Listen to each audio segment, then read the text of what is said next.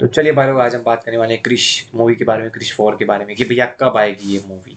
तो अगर आपको ये वीडियो पसंद आए तो चैनल को सब्सक्राइब करो, बेल आइकन भी दबा दो प्लीज़, आपके सपोर्ट की बहुत ज़्यादा ज़रूरत है। सब्सक्राइब। तो चलिए बात करने वाले हैं क्रिश 4 के बारे में। तो भाई एक ही चीज़ है कि भैया क्रिश 4 कब आएगी, क्रिश 4 कब आएगी। तो फाइनली वॉर 2 के बाद ये क्रिश 4 मूवी स्टार्ट होने जा रही है। कंप्लीटली ऐसा ऑफिशियल अनाउंसमेंट तो मैंने भी अभी तक नहीं देखा, लेकिन हाँ भाई रूमर्स चल रहे हैं और कंप्लीटली सिंपली मुझे लगता है कि आ ही जाएगी, क्योंकि उनको पता है कि क्रेज़ किस तरीके से हो रहा है। क्रेज़ 10 साल पहले कितना था और अभी भी कितना है, और मुझे लगता है कि ये मूवी बहुत ही ज़्यादा अमेजिंग होगी। क्रिश 4 मूवी के बारे में बात कर रहा हूँ और वो ईजीली आई थिंक समर 2025 के बाद से चालू हो जाएगा, जो मुझे पर्सनली बहुत ज़्यादा अच्छी मूवी लगी। मतलब अच्छी चीज़ लगी कि भैया हाँ, एक इस टाइप की भी चीज़ें हो सकती हैं। और क्यों मैं ऋतिक रोशन और राकेश रोशन को इतना सब कुछ बोल रहा था अपनी प्रीवियस वीडियो में भी, जस्ट बिकॉज क्योंकि वो ही प्रोड्यूसर हैं और वही डायरेक्टर हैं और राइटर भी। तो इसी वजह से मुझे लगता है कि हाँ भाई, आपको कुछ ना कुछ एफर्ट्स लगाने चाहिए राइटिंग करने के लिए और या फिर डायरेक्शन करने के लिए। और उन्होंने अच्छी मूवी हमें दी है, ऐसा नहीं है कि भैया पार्ट 1 अच्छी नहीं थी या पार्ट 2 अच्छी नहीं थी या पार्ट 3 अच्छी नहीं थी। तीनों ही बहुत ज़्यादा अमेजिंग थी, और स्पेशली माय फेवरेट पार्ट 2, जो कि मतलब कि क्रिश का इंट्रो होता है, किस तरीके से उसे उसकी पावर मिलती है और कहीं न कहीं सुपरमैन से भी इंस्पायर्ड होती है कि भैया वो अपने पावर्स को कंट्रोल किस तरीके से कर रहा होता है। और कहीं न कहीं एनीमे से भी बहुत ज़्यादा रिलेटेबल होती है कि भैया वो अपनी जो ताकत होती है उसको कितने ज़्यादा खींच सकता है, कितने ज़्यादा ऊपर लेके जाके जा सकता है, वो उसको खुद को भी नहीं पता होता। मतलब कि इसका यहाँ पे कंपैरिजन हल्क से भी किया जा सकता है, क्योंकि उसको भी स्टार्टिंग में नहीं पता होता कि वो कितने ऊँची छलांग या जंप लगा सकता है। तो वो बहुत ही अच्छी बात है और उसी तरीके से वो फिर बढ़ता जाता है, बढ़ता जाता है, बढ़ता जाता है।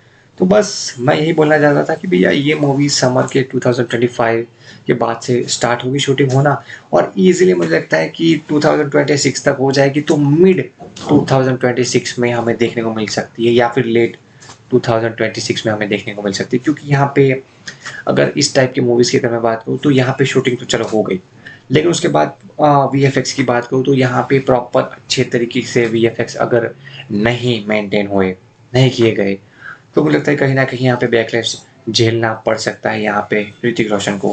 क्योंकि जिस तरीके से कल की मूवी में हमें वीएफएक्स दिखाए गए थे, इवन जिस तरीके से मुंजिया मूवी में और फिर तुम्बाड़ में भी हमने देखा था, इस तरीके से हमें सारी चीज़ें दिखाते हैं, तो एक लेवल सेट हो चुका है। तो उस लेवल को पार करने के लिए आपको एक लेवल अप तक जाना पड़ेगा। नो डाउट क्रिश 2 में बहुत, मतलब क्रिश 3 में बहुत ज़्यादा अच्छा एक्शन दिखाया गया था, लेकिन कहीं न कहीं कुछ ना कुछ चीज़ें हैं जो कि आपको बहुत ज़्यादा अच्छे तरीके से करनी पड़ेगी और करनी चाहिए भी। ऐसा नहीं है कि कुछ भी बना दिया हमने, ये अच्छे तरीके से करेंगे और अच्छे तरीके से अपनी बात भी रखेंगे, ये मैं मानता भी हूँ।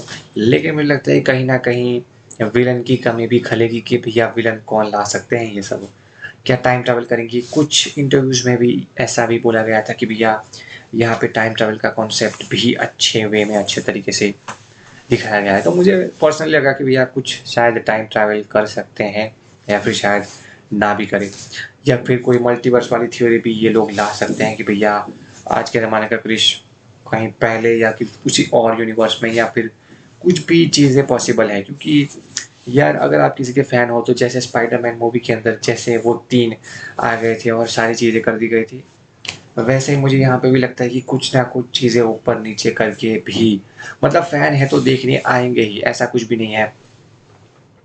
आपका कॉन्सेप्ट अच्छा हुआ, आपकी चीज़ें सारी अच्छी हुई, तो वो कोई भी हो वो देखने आने ही वाला है और बहुत ज़्यादा अच्छे तरीके से आपको मज़ा आएगा कि किस तरीके से आप किसी एक्टर को देखोगे। जब मैं बचपन, मतलब मैं छोटा था, आई थिंक 2013 में तब ये मूवी आई थी क्रिश 3, लेकिन बहुत ज़्यादा मज़ा आया था। मतलब एक अलग ही चीज़ें क्रिएट की थी, और उस साल आई थिंक अराउंड 2013 की बात करूँ तो वो थर्ड हाईएस्ट ग्रोसिंग मूवी थी, मतलब कि 400 करोड़ के आसपास। उसके ऊपर सिर्फ 2 ही मूवी थी, जो कि चेन्नई एक्सप्रेस और धूम 3।